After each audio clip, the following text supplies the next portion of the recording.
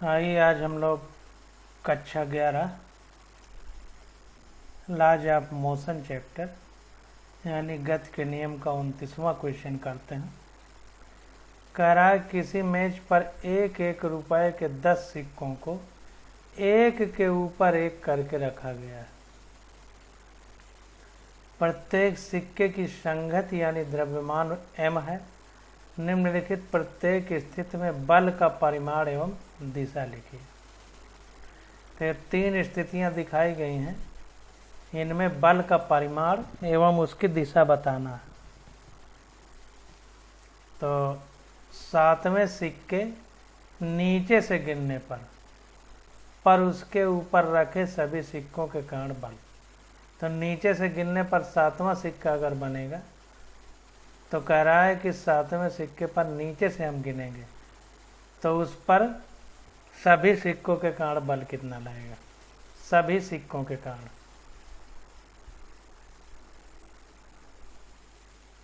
तो इसको देखते हैं। तो देखिए प्रत्येक सिक्के का द्रव्यमान यानी संगत कितना है m, कुल सिक्कों की संख्या कितनी है 10। अब 7वें सिक्के पर कार्यरत बल।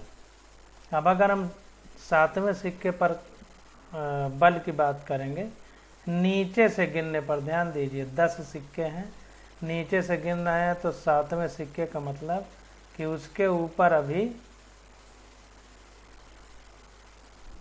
8, 9, 10, 11 4 सिक्के और हैं, तो नीचे से 7वां है। तो 7वें सिक्के पर कार्यरत नीचे से गिनने पर तो 7वें सिक्के पर कार्यरत बल कितना हो जाएगा, उसके ऊपर के सिक्कों का भार, यही उस पर काम करेगा। तो 7वां तो खुद है, उसके ऊपर 8, 9, 10 3 सिक्के उसके ऊपर हैं। एक सिक्के का भार द्रव्यमान कितना है m, तो 3 सिक्कों का 3m हो जाएगा। और गुरुत्वीय त्वरण नीचे की ओर काम करेगा, तो गुरुत्वीय त्वरण नीचे की ओर काम करेगा तो 3 सिक्कों के कारण नीचे की ओर कितना बल लगेगा 3 mg न्यूटन नीचे की ओर, क्योंकि 3 सिक्के उस 7वें सिक्के के ऊपर लदे हुए हैं। तो उनके कारण जो है जो भार होगा वही बल के रूप में कार्य करेगा। क्यों? क्योंकि हमने पढ़ा है कि किसी पिंड पर जो भार होता है वो पृथ्वी की ओर काम करता है mg, और प्रतिक्रिया बल उसका ऊपर की ओर काम करता है। तो जो बल लगेगा वही जो भार है उसी का प्रतिक्रिया बल 7वें सिक्के पर काम करेगा। अब अगला हमसे क्या पूछ रहा है कि 7वें सिक्के पर 8वें सिक्के द्वारा आरोपित बल। क्रम से लिखा गया है, बार बार क्वेश्चन देखने की जरूरत नहीं है। तो कह रहा है 7वें सिक्के पर 8वें सिक्के के द्वारा आरोपित बल। तो इसको कैसे निकालेंगे?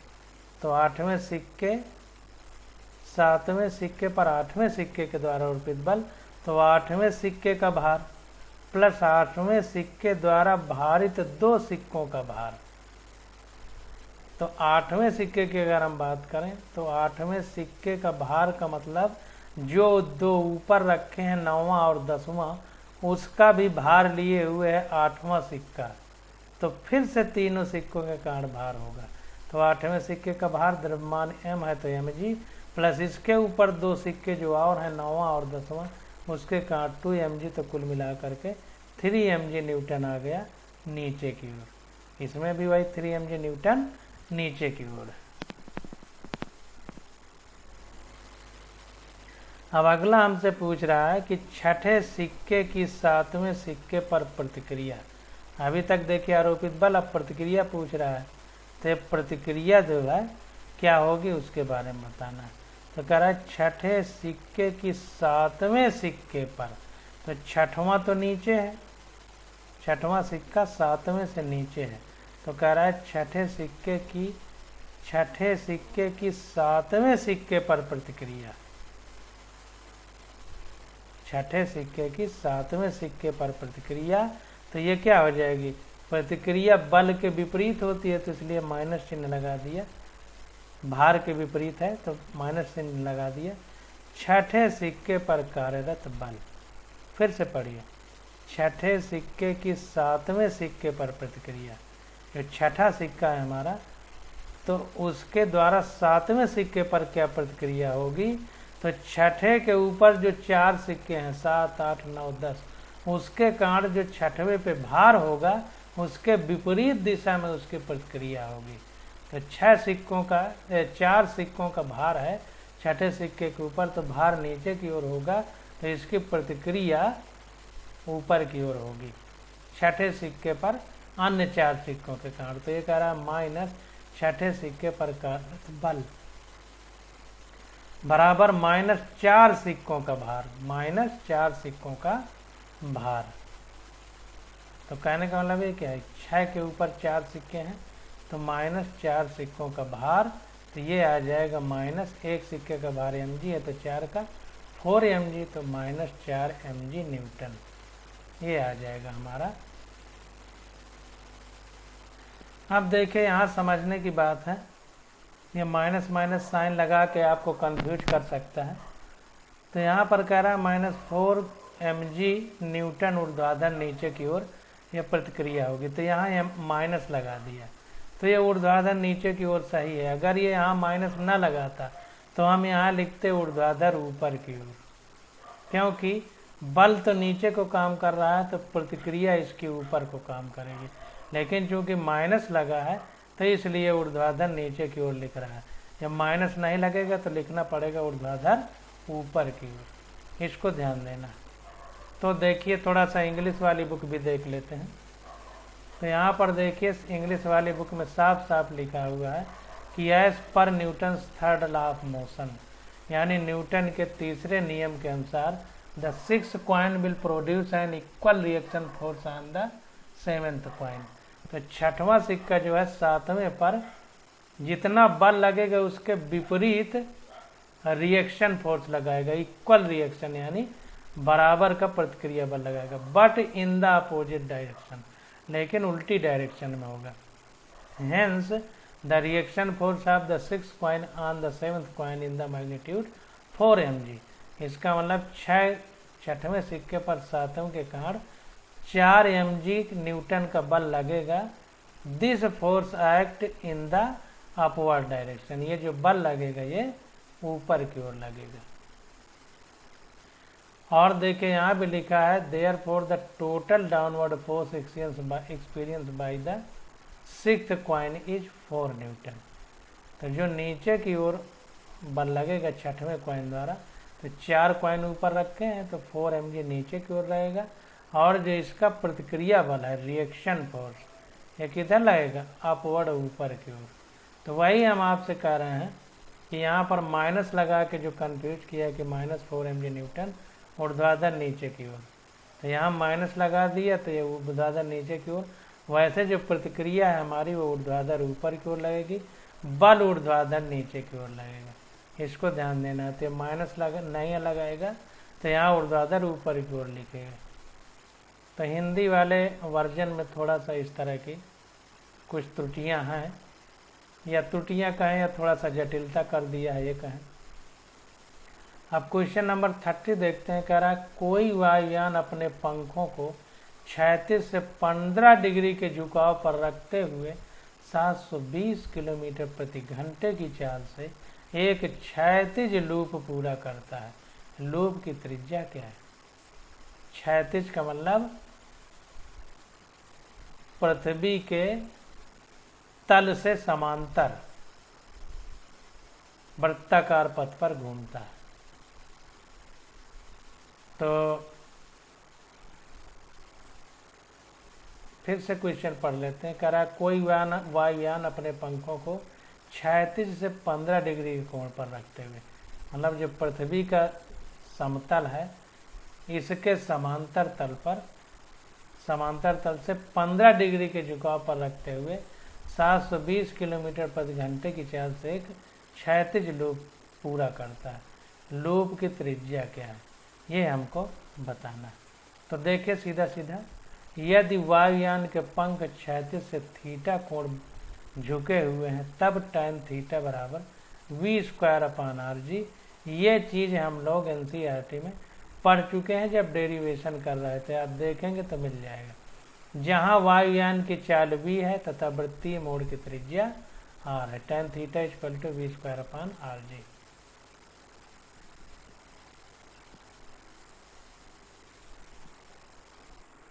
तो ये जो फार्मूला है इसको याद कर लीजिए, हमेशा काम आएगा। वैसे एनसीईआरटी में आया था, हमने बॉक्स में बंद किया था। वायुयान की चाल v बराबर 720 किलोमीटर प्रति घंटा है। 5/18 का गुणा कर देंगे तो मीटर प्रति सेकंड में बदल जाएगी, तो 200 मीटर प्रति सेकंड आ गया। झुकाव कोण थीटा हमको 15 डिग्री दिया है। गुरुत्वीय त्वरण 9.8 मीटर प्रति सेकंड स्क्वायर होता है, हमको पता है। अब देखिए मोड़ पर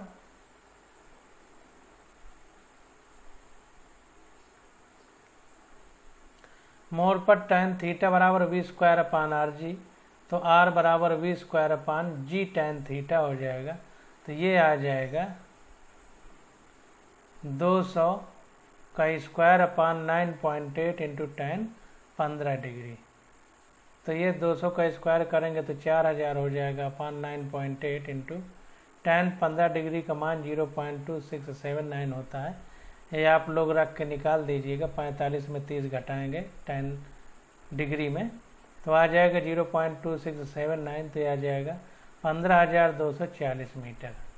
सॉल्व करेंगे तो आ जाएगा 15.20 किलोमीटर। ये सॉल्व करने पे इतना आएगा। क्वेश्चन नंबर 31 देखते हैं। कह रहा है कोई रेलगाड़ी बिना ढाल वाले 30 मीटर त्रिज्या के वृत्तीय मोड़ पर 54 किलोमीटर प्रति घंटा की चाल से चलती है। कह रहा है रेलगाड़ी की द्रव्यमान 10⁻6 किलोग्राम है। इस कार्य को करने के लिए आवश्यक अभिकेंद्र बल कौन प्रदान करता है? इंजन अथवा पटरियां। पटरियों को क्षतिग्रस्त होने से बचाने के लिए मोड़ का ढाल कोण कितना होना चाहिए? तो जैसे अभी हमने ऊपर वाले क्वेश्चन में tan theta equal to v²/rg रखा था, तो अब यहाँ पर ढाल कोण पूछ रहा है, यानी थीटा। तो क्वेश्चन को फिर पढ़ते हैं। कह रहा है कि रेलगाड़ी बिना ढाल वाले 30 मीटर त्रिज्या, मतलब ढाल नहीं है, सीधा क्षैतिज में है, 30 मीटर की त्रिज्या के मोड़ पर 54 किलोमीटर प्रति घंटा की चाल से चलती है। रेलगाड़ी का द्रव्यमान 10⁻6 किलोग्राम है। इस कार्य को करने के लिए आवश्यक अभिकेंद्र बल कौन प्रदान करता है? इंजन अथवा पटरियां। पटरियों को क्षतिग्रस्त होने से बचाने के लिए मोड़ का ढाल कोण कितना होना चाहिए? तो ये सब हम क्रम से निकाल रहे हैं और बड़े आराम से निकलेगा, देखते जाइए। कह रहा रेलगाड़ी को वृत्तीय मोड़ पर मुड़ने के लिए आवश्यक अभिकेंद्र बल बाहरी पटरी द्वारा पहिए पर लगाए गए पार्श्विक बल द्वारा प्राप्त होता है। तो ध्यान दीजिए, रेलगाड़ी को वृत्तीय मोड़ पर मुड़ने के लिए आवश्यक अभिकेंद्र बल बाहरी पटरी द्वारा पहिए पर लगाए गए पार्श्विक बल द्वारा प्राप्त होता है। यानी पार्श्व में जो किनारों पे बल लगता है उसके द्वारा प्राप्त होता है। न्यूटन के गति के तृतीय नियम के अनुसार रेलगाड़ी भी पटरियों पर बराबर और विपरीत दिशा में बल लगाती है, जो इनके क्षतिग्रस्त होने का प्रमुख कारण है। पटरियां इसलिए क्षतिग्रस्त होती हैं कि जब मोड़ होती है तो मोड़ पर रेलगाड़ी बाहर की ओर बल लगाती है और अभिकेंद्र बल जो होता है वो पटरी द्वारा पहिए पर लगाए गए पार्श्विक बल द्वारा प्राप्त होता है वृत्तीय मोड़ पर। तो जब वृत्तीय मोड़ पर कोई रेलगाड़ी घूमती है तो ये उसी प्रकार से होता है जैसे उंगली में धागा फंसा करके उस धागे में पत्थर बांध लें और ऐसे क्षैतिज घुमाएं। तो उंगली से हमारा पत्थर घूम क्यों रहा है? क्योंकि उंगली से जो धागा बंधा हुआ है वो अभिकेंद्र बल, उसका तनाव उस पत्थर को अभिकेंद्र बल प्रदान कर रहा है। तो यहाँ पर जो अभिकेंद्र बल है मोड़ पर रेलगाड़ी को, वो पार्श्विक बल पटरियों जो बाहर वाली पटरी है उससे पार्श्विक बल हमको प्राप्त हो रहा है। तो अब देखिए रेलगाड़ी की चाल हमको कितना दिया है, 54 किलोमीटर प्रति घंटा। 5/18 का गुणा कर दिए तो 15 मीटर पर सेकंड बन गया। रेलगाड़ी का द्रव्यमान 10⁻6 किलोग्राम है। अब देखिए, मानव पटरियों को क्षतिग्रस्त होने से बचाने के लिए आवश्यक मोड़ का ढाल कोण थीटा है। तब थीटा tan थीटा बराबर v²/rg, वही फार्मूला जो ऊपर था यहाँ लगा। तो वेग हमारा 15 मीटर पर सेकंड आया तो उसका स्क्वायर कर दिए। आर हमारा 30 मीटर का वृत्तीय मोड़ था तो 30 कर दिए। जी का मान 9.8 होता है, सॉल्व किए तो आ गया 0.7653। इसको tan 37.4 डिग्री के बराबर होता है। आप दीपू सर से पूछ लीजिए, या हम एक दिन एक अलग से चैप्टर लेके tan cos ये सब बताना है और log निकालना बताना है और समाकलन अवकलन ये सब बताना है। तो इसको कैसे बताया जाए इसके बारे में हम लोग समझ लेंगे। तो थीटा बराबर आ गया 37.4 डिग्री। अब क्वेश्चन नंबर 32 देखते हैं। 32 क्वेश्चन में कह रहा है कि चित्र में दर्शाए अनुसार 50 किलोग्राम संगति का कोई व्यक्ति 50 किलोग्राम संगति के किसी गुटके को दो भिन्न ढंग से उठाता है। दोनों स्थितियों में उस व्यक्ति द्वारा फर्श पर आरोपित क्रिया प्लस बल कितना है। यदि 700 न्यूटन अभिलंब बल से फर्श धंसने लगता है तो फर्श को धंसने से बचाने के लिए उस व्यक्ति को गुटके को उठाने के लिए कौन सा ढंग अपनाना चाहिए।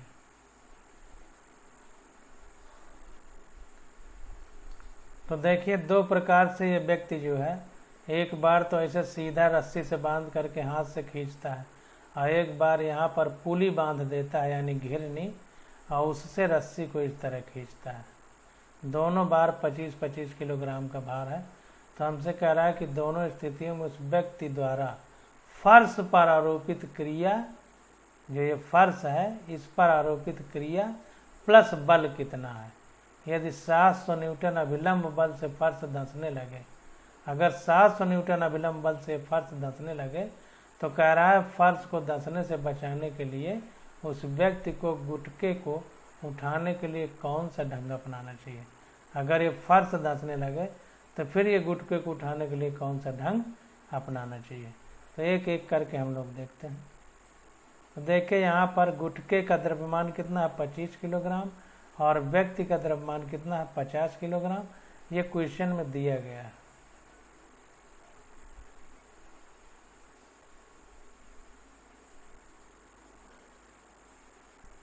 अब देखिए, गुटके को उठाने के लिए हमको कितना बल लगाना पड़ेगा, जितना उसका भार होगा।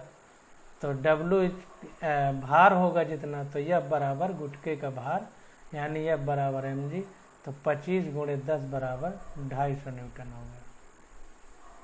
अब व्यक्ति का भार कितना है, W बराबर mg, तो m 50 किलोग्राम है, g 10 है तो 500 न्यूटन। ये व्यक्ति का भार आ गया, जो आदमी खड़ा है जो इस भार को उठा रहा है। तो अब स्थिति फर्स्ट में देखिए, स्थिति फर्स्ट में क्या कह रहा है। अब देखिए, इस पहली स्थिति में अगर देखा जाए तो ये व्यक्ति इसको ऊपर ऐसे उठा रहा है। तो जब ऐसे उठाएगा तो एक तो इस पर जो है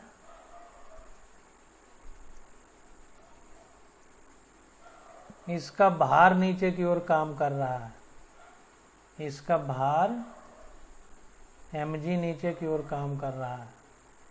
और दूसरा, ये व्यक्ति जितने बल से इसको उठा रहा है तो ये फर्श को उतने ही बल से नीचे दबा भी रहा है, क्रिया प्रतिक्रिया के नियम से।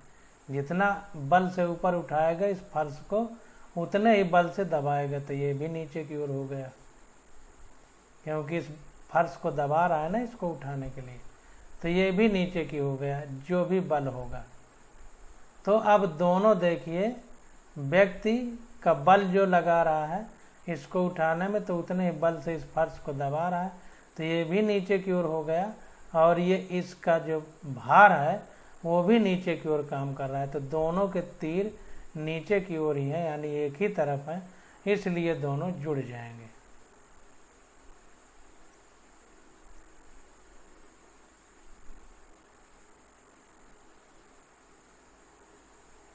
तो यहाँ पर देखिए कह रहा है कि यदि व्यक्ति चित्र ए में दर्शाए गए स्थिति के अनुसार गुटके को ऊपर उठाता है तो व्यक्ति द्वारा बल ऊपर की ओर लगाया जाता है, जिस कारण संगति का आभासी भार बढ़ जाता है, अतः व्यक्ति द्वारा फर्श पर आरोपित क्रिया बल। तो फर्श पर नीचे की ओर बल लगाएगा तो एक भार हो बल उसका हो गया, और दूसरा वो जो पिंड को ऊपर की ओर खींच रहा है उसका भार भी नीचे की ओर हो गया। तो बल कितना होगा, 25 किलोग्राम का है तो ये 250 हो गया, प्लस ये W 500 हो गया। अभी हमने निकाला है तो ये आ गया 750 न्यूटन। अब स्थिति बी की कंडीशन देख लेते हैं कि स्थिति बी में क्या होगा। तो स्थिति बी को देखते हैं। अब देखिए स्थिति बी की बात करें तो स्थिति बी में देखिए mg तो ये नीचे की ओर काम करेगा,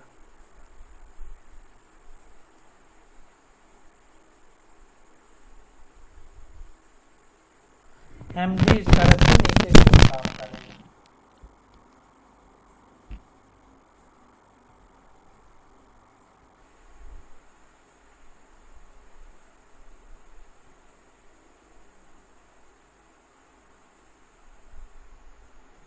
mg ये नीचे की ओर काम करेगा, और ये अब देखिए जो खींच रहा है तो ये बल देखिए पहले ऊपर की ओर लगा रहा था बल ये इस तरह, अब ये नीचे की ओर बल लगा रहा है, इस तरह नीचे को खींच रहा है, बल लगा रहा है, इस तरह नीचे को खींच रहा है। तो अब इसका प्रतिक्रिया बल जो होगा ये ऊपर की ओर फर्श पे लगेगा इस प्रकार से। ये नीचे को खींच रहा है तब ये फर्श को नहीं दबाएगा बल्कि ऊपर को उछाल मारेगा, तो ये जो है प्रतिक्रिया बल हो गया ऊपर की ओर। तो अब क्या होगा कि ये पिंड जो है इसका mg नीचे की ओर काम करेगा, जबकि ये प्रतिक्रिया बल ऊपर की ओर काम करेगा। लेकिन ये 500 इसका 50 किलोग्राम का आदमी है, 25 किलोग्राम का द्रव्यमान है, और ये ऊपर को खींच ले रहा है। चूँकि ऊपर को खींच ले रहा है इसका मतलब ये बल ज़्यादा है इस mg की मात्रा में। तो हमने आपको बताया था कि ज़्यादा में से कम घटाते हैं, तो इसमें से mg को घटाया जाएगा, क्योंकि इसका देखिए तीर इधर को है, इसका तीर इधर को है, इसमें दोनों का तीर नीचे को था तो जुड़े थे, इसमें तीर विपरीत है तो घटेगा, और घटेगा किसमें, ज़्यादा में कम घटेगा। तो ज़्यादा ये है 500 न्यूटन और ये कितना है 250 न्यूटन, तो इसमें से ये घटेगा।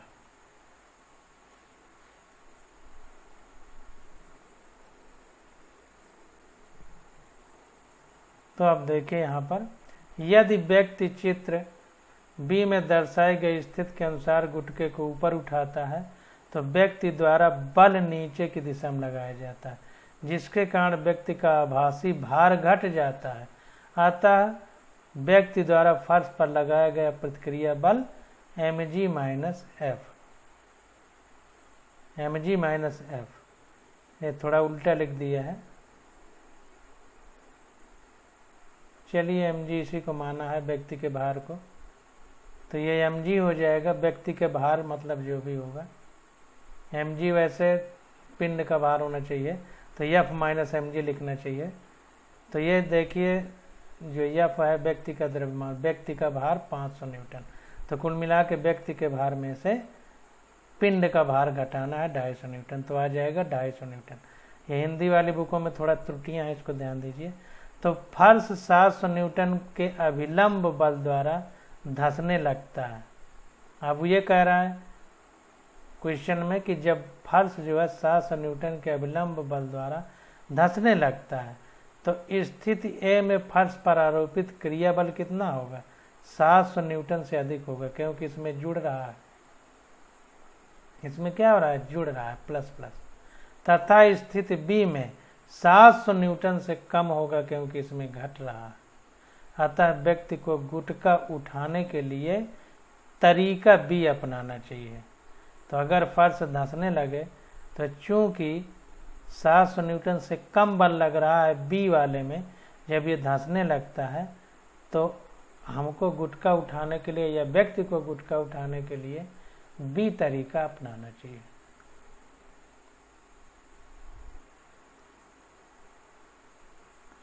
क्वेश्चन देखिए थोड़ा सा टफ है और सिद्धांत बड़े अच्छे अच्छे लग रहे हैं, इसलिए हम थोड़ा धीरे चल रहे हैं। क्वेश्चन भले कम हो लेकिन आपको समझ में बात आ जाए। अगर एक बार समझ में बात आ गई तो फिर लॉन्ग टाइम तक आपको कोई क्वेश्चन करने में गलती नहीं होगी। आप देखिए कह रहा है कि 40 किलोग्राम द्रव्यमान का कोई बंदर 600 न्यूटन का अधिकतम तनाव सहन कर सकने योग्य किसी रस्सी पर चढ़ता है। रस्सी 600 न्यूटन से ज़्यादा तनाव नहीं सहन कर सकती, लेकिन 40 किलोग्राम द्रव्यमान का बंदर उस पर चढ़ रहा है। तो कह रहा है नीचे दी गई स्थितियों में से किस में रस्सी टूट जाएगी। तो कौन सी स्थित परिस्थिति में रस्सी टूट जाएगी। तो पहले में क्या कह रहा है बंदर 6 मीटर पर सेकंड स्क्वायर त्वरण से ऊपर चढ़ता है। तो देखिए सारी कंडीशन जो दी गई है ABCD में, एक एक कंडीशन को हम लोग समझ लेते हैं। तो देखिए बंदर की संगत यानी द्रव्यमान 40 किलोग्राम है और रस्सी द्वारा सहन किया जा सकने वाला अधिकतम तनाव T का मैक्स कितना है 600 न्यूटन है। अब देखो जब बंदर ऊपर की ओर A बराबर 6 मीटर प्रति सेकंड स्क्वायर त्वरण से चढ़ता है तब, तो इसको ऐसे तीर बना दिया। वैसे ही ये यम द्रव्यमान का मतलब ये बंदर है, ऊपर की ओर चढ़ रहा है तो देखिए तीर ऊपर की ओर लगा दिया गया।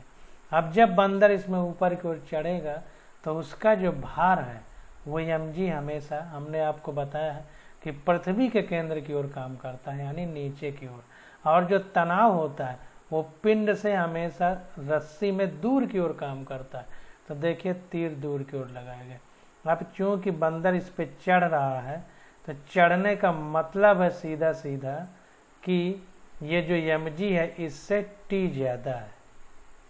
अगर t ज़्यादा ना होता तो रस्सी टूट जाती ना, तो इसका मतलब t ज़्यादा है, तो t माइनस mg किया गया बराबर ma। कैसे लिखते हैं देखो हमने आपको बता दिया। तो ये अब आ गया t बराबर mg, इधर आएगा तो प्लस ma हो जाएगा, तो t बराबर m कॉमन हो जाएगा g प्लस a, तो ये आ गया 40, 10 प्लस 6 तो आ गया 640 न्यूटन। जाहिर सी बात है इनका दोनों का तीर विपरीत दिशा में है, तो t के साथ mg हमेशा ऋणात्मक चिन्ह के साथ रहेगा। अगर एक ही दिशा में होता तो आपस में जुड़ जाते। इस स्थिति में t is greater than t max, अतः रस्सी टूट जाएगी। अब देखिए रस्सी कितना तनाव सह कर सकती है, अधिकतम 600 न्यूटन क्वेश्चन में दिया गया, आ कितना रहा है 640 न्यूटन।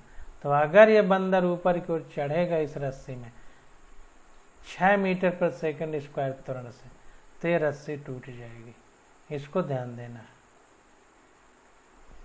इसको देखिए एक तरीके से हम लोग और बहुत आसान कर सकते हैं। वो तरीका ये है कि जिधर डोरी का तनाव है उधर ही बंदर त्वरण से चल रहा है, तो त्वरण का निशान और बंदर के डोरी का तनाव का तीर एक ही तरफ है, तो इसका मतलब T और A जो है आपस में जुड़ेंगे। तो T बराबर, अब इसमें दो वो काम करेंगे, mg और ma दो काम करेंगे, तो T बराबर mg प्लस ma हो गया।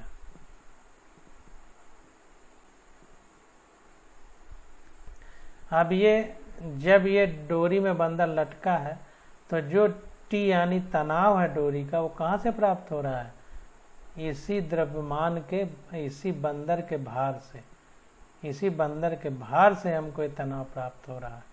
तो इसीलिए T बराबर बंदर का भार mg प्लस बंदर जितने त्वरण से ऊपर की ओर चल रहा है उसको ma लिख दिया गया।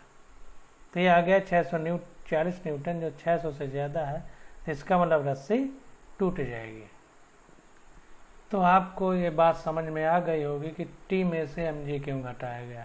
क्योंकि हमको ये मान के चलना है कि बंदर चढ़ रहा है तो डोरी नहीं टूटेगी, तो टी ज़्यादा होगा mg से, टी ज़्यादा होगा mg से जब ये a त्वरण से ऊपर चल रहा है। तो इस प्रकार से हमको यहाँ पर काम करना। अगर ये बंदर स्थिर होता तो टी mg के बराबर हो जाता। तो रस्सी टूटे ना तो टी ज़्यादा होना चाहिए mg से, तभी नहीं टूटेगी। और अगर टूटेगी तो टी हमको खुद ही निकल के आ जाएगा। तो यहाँ पर देखिए टी निकल के आ गए 640, जबकि तनाव कितना सह सकती है 600 न्यूटन, तो डोरी टूट जाएगी। अब देखिए इसमें कह रहा है कि जब बंदर नीचे की ओर a बराबर 4 मीटर पर सेकंड स्क्वायर त्वरण से नीचे उतरता है तब क्या होगा। तो अब देखिए बंदर नीचे उतर रहा है, तो अब मोटी मोटी भाषा में अगर समझा जाए कि कन्फ्यूजन ना हो, तो जिधर त्वरण होगा उसमें से विपरीत वाले को घटाना है। तो अब यहाँ पर देख लीजिए, यहाँ पर बंदर ऊपर को चढ़ रहा था तो त्वरण ऊपर को था, तो ये ज़्यादा मान करके इसमें mg घटाया गया, t माइनस mg। और यहाँ पर देखिए, यहाँ पर क्या है कि बंदर नीचे उतर रहा है तो तीर नीचे को है, तो हमने नीचे वाले को ज़्यादा माना है, तो ज़्यादा मान के टी पे घटाया, तो mg minus T equal to ma। तो आ गया t बराबर mg माइनस ma, तो आ गया mg माइनस a। तो m हमारा 40 किलोग्राम है, g 10 है, माइनस त्वरण 4 है, तो यह आ गया 240 न्यूटन। तो 600 न्यूटन तक का तनाव सहन कर सकती है डोरी, तो 600 से कम है 240 न्यूटन। तो इस स्थिति में T smaller than T max है, यानी रस्सी जितना अधिकतम तनाव सह सकती है उससे कम है ये वैल्यू, इसलिए रस्सी नहीं टूटेगी। तो अब यहाँ समझ लीजिए कि जिधर त्वरण का निशान होगा तो उसको ज़्यादा मानेंगे, विपरीत वाले को कम मानेंगे। तो नीचे को त्वरण का निशान है तो mg को ज़्यादा मान के टी में घटाया गया, तो ma आ गया। और यहाँ पर देखिए टी की तरफ निशान है, a का तीर है, तो टी को ज़्यादा मान के mg में घटाया गया। कुल मिला के ज़्यादा कम मानिए, जैसे अगर याद रखना है तो कुल मिला के जिधर ये तनाव का त्वरण का निशान होगा उधर वाले को ज़्यादा मान करके विपरीत वाले को घटाएंगे। तो यहाँ पर देखिए तनाव का निशान नीचे को ज़्यादा है, तनाव का निशान नीचे को ज़्यादा है, तो इसलिए mg में से t को घटाएं। अब अगला देखिए कह रहा है कि जब बंदर ऊपर की ओर 5 मीटर पर सेकंड की नियत चाल से चढ़ता है, नियत चाल मतलब त्वरण नहीं है, तब उसका त्वरण a शून्य है। तो जब नियत चाल से चलेगा तो त्वरण शून्य होगा, तो जितना तनाव होगा उसका जो भार होगा उसी के कारण डोरी में तनाव होगा, तो तनाव और mg बराबर होंगे, तो t बराबर mg, क्योंकि नियत चाल से चल रहा है। ध्यान दीजिए त्वरण नहीं है, तो जब त्वरण नहीं होगा तो जो बंदर का भार होगा वही डोरी में तनाव होगा, तो t बराबर mg। तो आ गया 40 × 10, तो आ गया 400 न्यूटन। इस स्थिति में टी मैक्स से कम टी है, अतः रस्सी नहीं टूटेगी। अब भी 600 न्यूटन से तनाव कम है तो रस्सी नहीं टूटेगी। अब देखिए क्या कह रहा है कि जब बंदर लगभग मुक्त रूप से गुरुत्व बल के प्रभाव में नीचे गिरता है तब उसका नीचे की ओर त्वरण g है। तो अब जब गुरुत्व के प्रभाव में वो नीचे की ओर गिरेगा तो जाहिर सी बात है कि उसका जो त्वरण a था वो क्या हो जाएगा, g हो जाएगा। तो अब यहाँ पर a की जगह g लिख देंगे, तो जब a की जगह g लिख देंगे तो t बराबर mg माइनस a की जगह g होगा, तो g घट के 0 आ जाएगा, तो पूरा आंसर क्या आ जाएगा 0। तो इसीलिए देखो यहाँ पर t बराबर mg माइनस a आ गया, तो mg माइनस g बराबर 0। इस स्थिति में बंदर भारहीनता की अवस्था में होगा, मतलब वो फ्री पृथ्वी की ओर गिरेगा तो कोई उसमें वो महसूस ही नहीं करेगा कि मेरे शरीर का वजन है, तो भारहीनता का आभास होगा तथा रस्सी में तनाव शून्य हो जाएगा, टेंशन 0 हो जाएगा, अतः रस्सी नहीं टूटेगी। तो जब ऊपर को चढ़ रहा था तभी टूट रही है रस्सी, बाकी किसी कंडीशन में रस्सी नहीं टूट रही है। अब क्वेश्चन नंबर 34 आ जाता है। तो आज बस यहीं तक। अब 34 से स्टडी हम लोग अगले लेक्चर में करेंगे।